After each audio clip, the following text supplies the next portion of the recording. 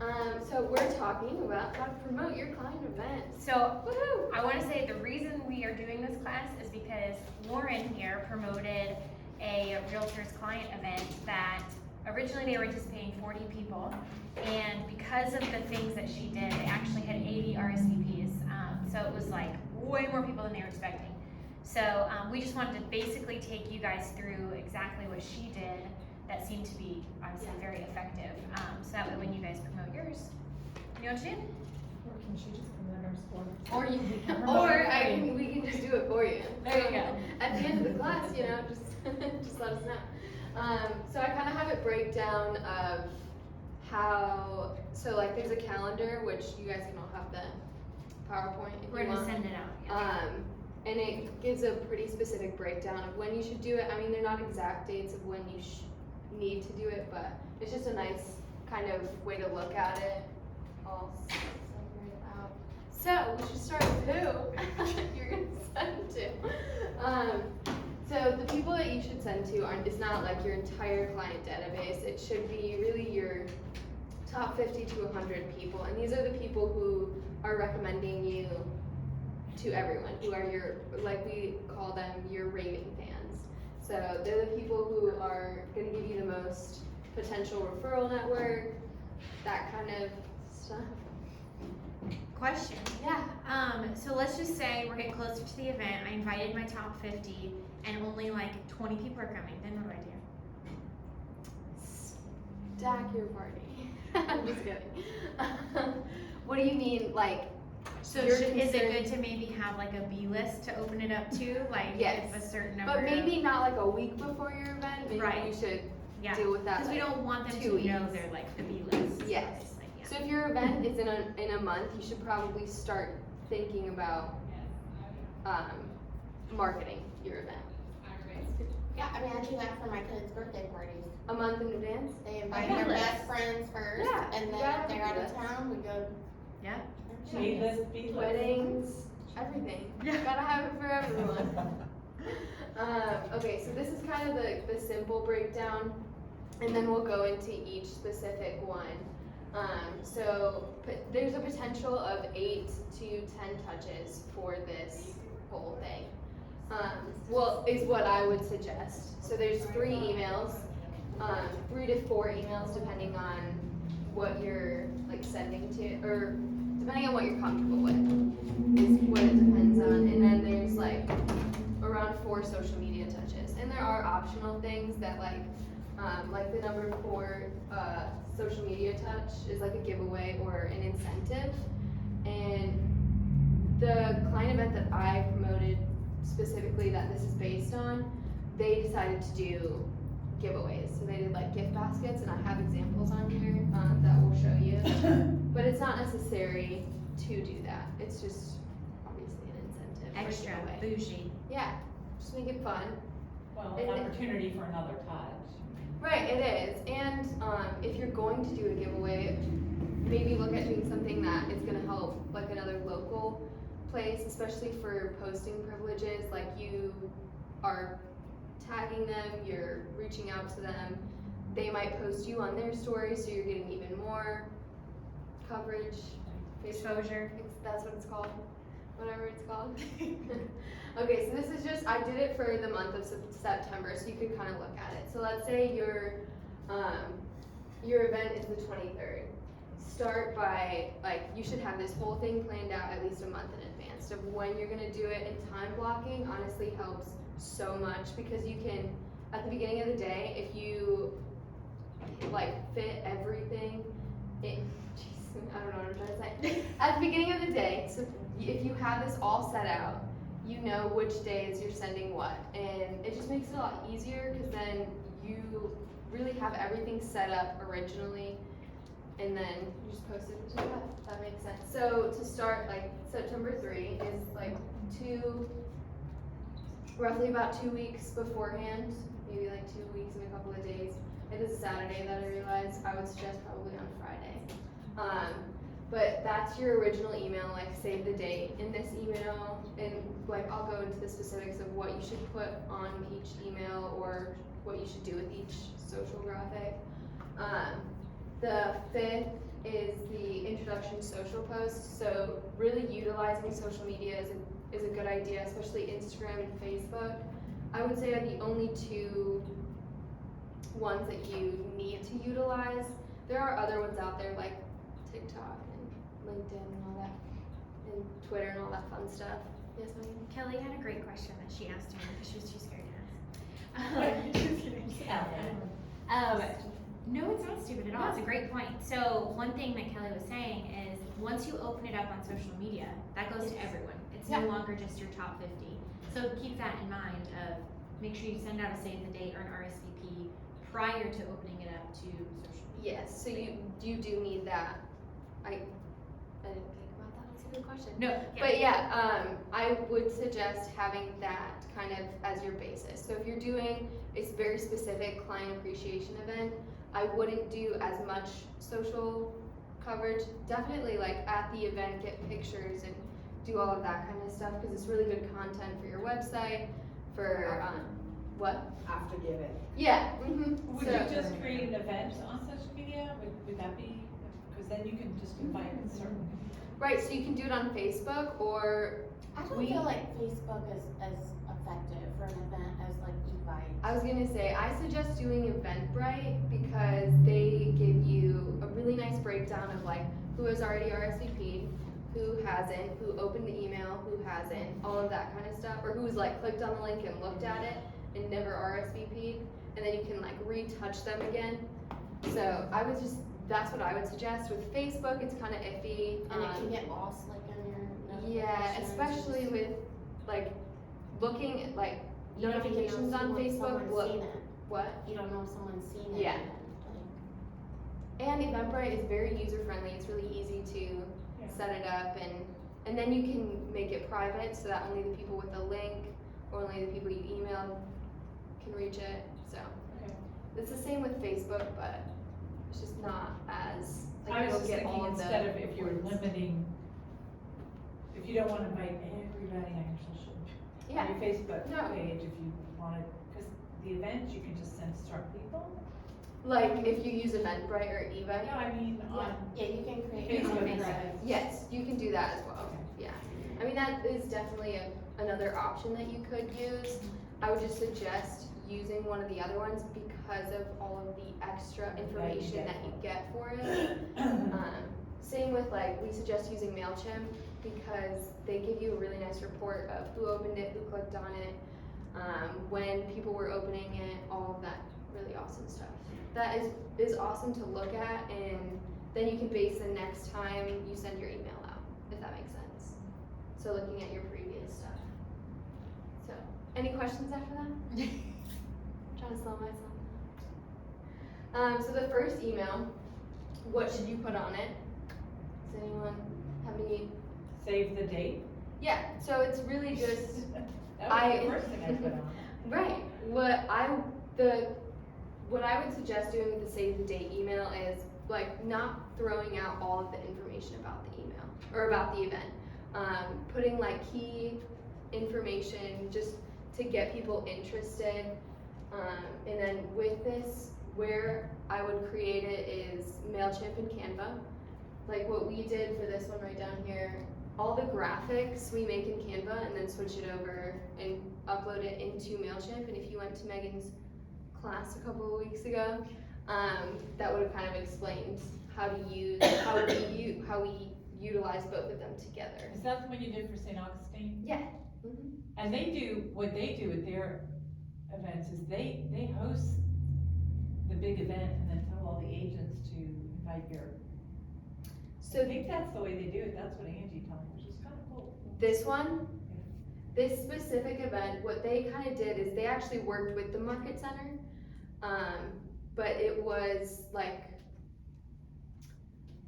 kind of different they did invite the agents could invite people, but for their people, they had like a specific kind of sub event. VIP section. Yeah, well, Oh. not like a section, but Yeah. like they were specifically inviting their clients, and their clients could invite like other people, and if they could bring like a referral if they had one, and all that kind of stuff. Okay. So, they actually, I think they did it in a really great way. All of their giveaways were baskets from all like local stuff, like it was all locally sourced stuff, like gift cards, like little knickknacks and stuff, like nothing super extensive or expensive, but it was really cool. And then what he would do, or what we talked about was maybe a good idea was going to those restaurants and taking a video and explaining, hey, this is what's gonna be in this basket. And it actually did really well. Like he got a lot of interaction on social media for even just promoting the restaurants. Like they would post it on theirs, and it wasn't even about their event. He was just saying, hey, like check out this restaurant, all of these cool stuff. So Russell Key, who was planning this event? it was the Hallie Perez group, yeah. Oh, okay. So it was an agent, Okay. well, a group, a team. So introduction social posts. These also kind of the same, just getting the information out there, like light touches, not heavy on exactly what's gonna be happening there, just getting people interested and asking questions, making the social post pop, nothing boring or like templated, make it fun, especially if you're doing a client event for specific people. If you are marketing on social media, you are opening it up to a lot of other people. So what we did for their event is we put their link in their social media bio. So if we would post it on like an actual post on their feed or a reel, in the caption or on it we would say like check out the link in our bio. But now Instagram, you also have the option, if you're putting it in the story, you can actually link it in the story. Oh, okay. So it's not the swipe up feature, you still need a certain amount of followers for the swipe up, but you can link in the story. Yes. Couldn't you, create a separate group in Facebook of your raving fans to keep at all times? Yeah. And then when you post something, do like only to that? Yeah, you could definitely do that. And we've heard of people doing that and having a lot of success I with said that. Melissa Ricks, she did that. She has a group, a private Facebook group with her top 50, and then she continues to add her past customers, I believe, or people that give her referrals. And then if you set that up and manage it properly, it'd be a great way to every event or everything that you want to, get out to them. It goes right directly to them. And then you could make an event within that Facebook group and it automatically will invite anybody who's in that group. It just depends on what level so that to me would be taking it to a different level of management. Like you would have to really maintain that. Yeah. Because if take there's a more group time. that people are in, like, so say I'm in a Facebook group and they post once a year, I'm probably never even gonna see it, notice it, It might not even pop up on your. I was gonna Exactly. say, especially with the algorithms, if you're posting once a year, it's probably half of them in the group aren't gonna see it. Yeah. But I think like ultimately that would probably be what you would want to do, because then you have a group and almost a community of your customers, which would be, I think that'd be really cool if you do that. So then the invitation email, this is when you're actually giving them all the information. This is where you would, this is where by this time when you have this, you should have your RSVP wherever you decide to do your event or your link. So if you're doing it on Evite or Eventbrite, you should have this all set up by the time you send the invitation email. So in the other one, they're very similar, the save the date and the invitation, just you don't necessarily have to have everything set up and ready to go when you send the save the date versus the invitation. The invitation, you're gonna want all the information set up, where it's gonna be, the times, all of that kind of stuff. And then if you're doing incentives, like a giveaway, and like for them, they were gonna do gift baskets. So by the time I sent this, we wanted to put that in the invitation email as well, which I think I have some pictures later on to show you of that email. And then we also did videos. For them, we did a lot more of an extensive than this. Well, not really, actually. It was pretty much the same layout of what we did. We did more social media coverage because they wanted, after a certain amount of time, when they had pretty much all of their customers, they wanted to open it up to other people because they had space for it. And they didn't think that they were gonna have, enough space for the agents to invite like other people or for their clients. But then once they kind of partnered with the Market Center, the St. Augustine one, it really, Where did they host it? it was at a park. At a park. Yeah, so they did like a barbecue for Memorial Day, I believe it was. And then they had a really, really awesome turnout, tons of people. Everyone loved it. I think it was like one of the hottest days or something like that. Of course it Last day was. the day we were supposed to play kickball. Yeah. Oh, yeah. It's 109 degrees out that day. So this one, I would say roughly a week to a week and a half before. And if you are comfortable with sending more emails, because I would send this before you send the reminder email. But if you're comfortable with sending more, you can send this 2 to 3 weeks before if you want to like send a reminder email each week until then. But I know some people get weird about like blowing people up with emails, so this is why I would send it to like a week and a half before. How do you feel like about like a bigger timeline leading up to it, like maybe 6 weeks? That would be ideal. Okay. Sending it like 2 Like a weeks, save the 2 date, months, like yeah, 6 weeks. 2 maybe. months ahead of time, yeah. I would definitely say a month is like the, Minimum. if you're like, I need to get this out. And that's actually when we started. For this campaign specifically, they like kind of came to us and they were like, hey, we just realized that it's a month away and we have no one RSVP to this. We emailed out, no one has responded to us, no one's reached out.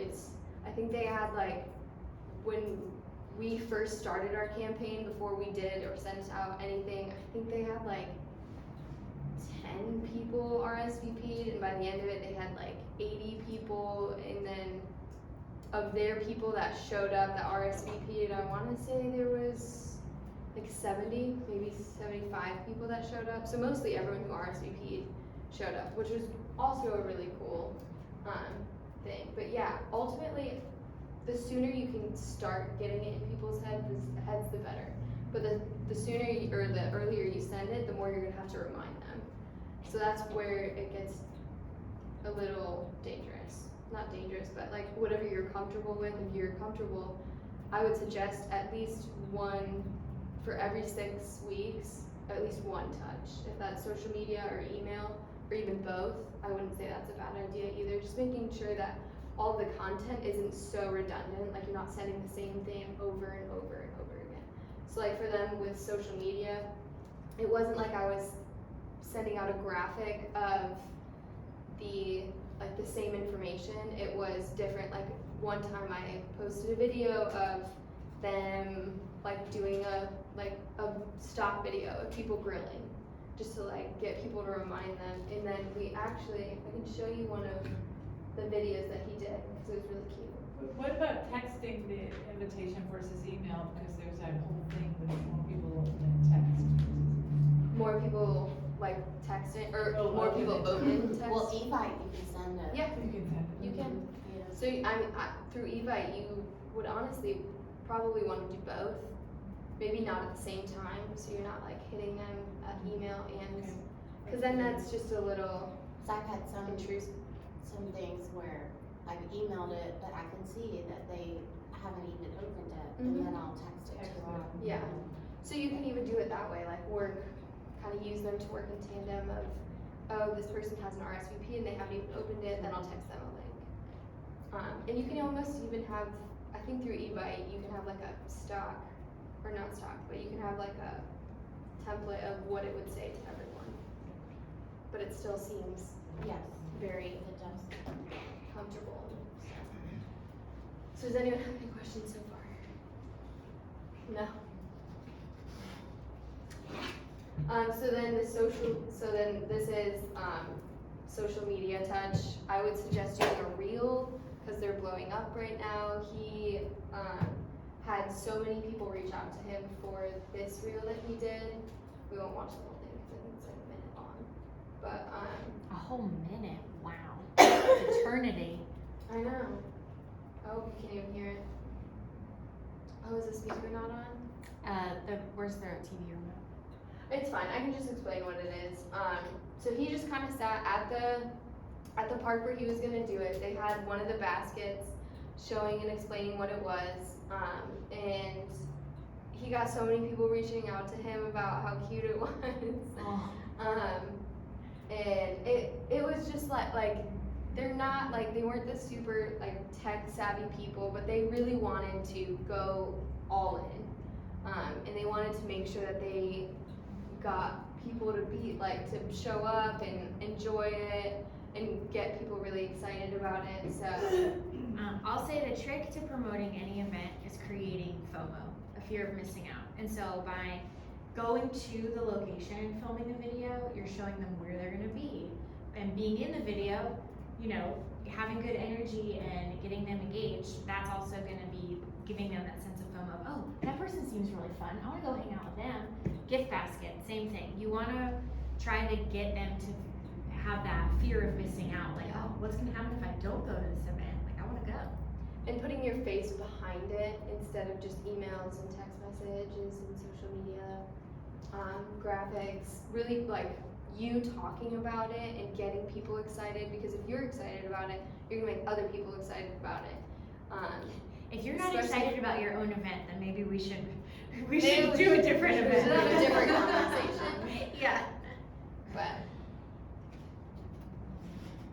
so then this is a reminder email, and in here we did all of the gift baskets, kind of all the same information, just switching everything up, not making it super, not making it the same templated thing. I mean, we're using the same colors, using their brand consistency, I would say is key for branding, and you should also probably have your branding set up if you're doing a client event, but I guess not necessarily. But staying consistent with all of your emails and your social media stuff is, it'll create visual recognition, because they're gonna see that same font here, and then they're gonna be like, oh, I remember Christina was doing that. This is probably about her event. That looks interesting because I saw that email. So, you know, it's kind of getting those touches out there, but making sure that they recognize that it's you. So, especially if you. With the gift baskets, were they doing, if you come, you get like an entry into, how did they do that? Well, so they actually did it, if you RSVP'd, you get an entry. So they necessarily didn't have to show up, but, if they did show up and bring a referral, they got additional. Okay, I was gonna say, that would, if you make like a couple hoops to jump through, they can get more tickets, Yeah. which then, you know, that would be good. Well, and like, a lot of giveaways, especially social media giveaways, I wouldn't suggest the follow this account, because they're just empty follows. They're not gonna like your stuff, they're not gonna interact with your account, like, it's really not a genuine, organic interaction, and it really, with the algorithm, it's only gonna make it worse for your account, if that makes sense. We can talk about algorithms later. Yay, algorithm. I love algorithms. But yeah, so any questions so far about any of the emails or social stuff? Nope. Now it's the event. There's still stuff to do after the event. So at the event, I would suggest like having someone really like kind of in charge of taking pictures, and that doesn't have to mean, it doesn't have to mean like a professional person, or just make sure that like in your mind, like you're remembering to, oh, I should take a picture with this person, or they're having fun playing cornhole, or you know, like getting just awesome pictures like that for your website to show for your social media, create more FOMO after the event. I would say, you guys are gonna be, when you're hosting an event, you're probably gonna be distracted of running around and playing host and making sure everyone's having a good time. So keep in mind, have someone there who is the social media person. So whether that's a friend of yours or a client or you hire someone, it doesn't have to be a professional, but someone who knows how to take video, how to post to social media, because then they can be posting as the event is actually going on. And two, someone who knows a little bit about social media can then also be taking content with the vision of making this into a reel, making this into a post later down the road.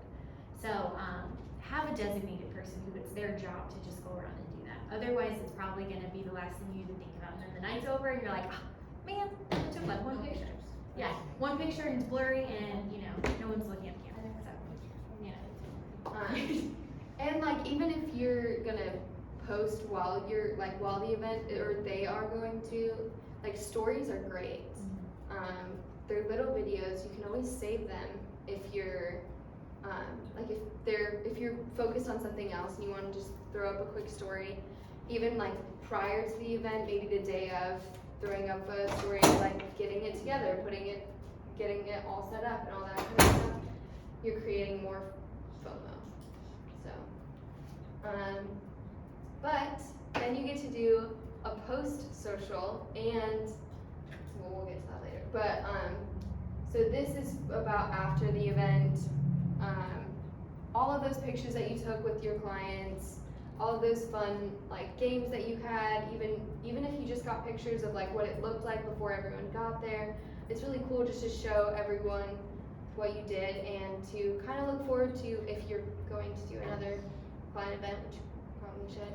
But asking people, hey, what should I do next time? Or what should I do? Like, what did you like about this? And all of that kind of stuff. Asking what to do better for the next event, or what they liked about it, what they appreciated. And then the thank you email. So for this, they wanted to announce on, through email and through social media, their winners. So they did a whole reel. I actually think it was live on Instagram. They drew like the names from all of the people in that. They did do it on social media. They did it at the event, and then got to take pictures with the people who won, and it was really cool. A lot of people really enjoyed it, getting to kind of finish the event off with that. And then so the specific incentive post, that's if you're not going to do it at the actual event. If you wanted to do it after, you could always do like a live, or even post a reel. I think for Summer, when she did like a raffle thing, we recorded it after of her picking out who won, and then announcing it and tagging them on Instagram, and then tagging all the people in the raffle, you know. And then this is something that Megan actually suggested, reaching out to everyone, even the people that RSVP'd and didn't show up, or the people that didn't RSVP, personally reaching out to them, asking what we should do in the future, what they liked, what they didn't like, all of that kind of stuff. Well, and this actually came from, there was a class in South Florida where this guy was the king of client events, and one of the things that stood out to me that he did differently than anybody I had talked to, after the event, anybody who RSVP'd and didn't show up, just sending them a, hey, we missed you, like, hope, you know, you'll come to our next event. If you have that planned, go ahead and shoot them. Like, he would do one a quarter. So then he would just shoot them the invite for the next one. Or the ones that never responded, never reached out, shooting them a text and just say, hey, sorry, we missed you, you know, at the event. Would love to hear if you have any suggestions for our next event, because we'd love to see you. So you're getting their opinion, you're getting them engaged. And it's not in an aggressive way of like, hey, you didn't come to my party, why didn't you come to my party? But more just, you know, hey, life happens, sorry we missed you, you know, would love to still see you. So that way, you know, obviously you thank the people that have come, but then you also get to have that touch with the people who did not come. So I just thought that was super creative, you know, means of reaching out to everybody, so. Yeah, so that's it. Does anyone have any questions about how to promote your client event?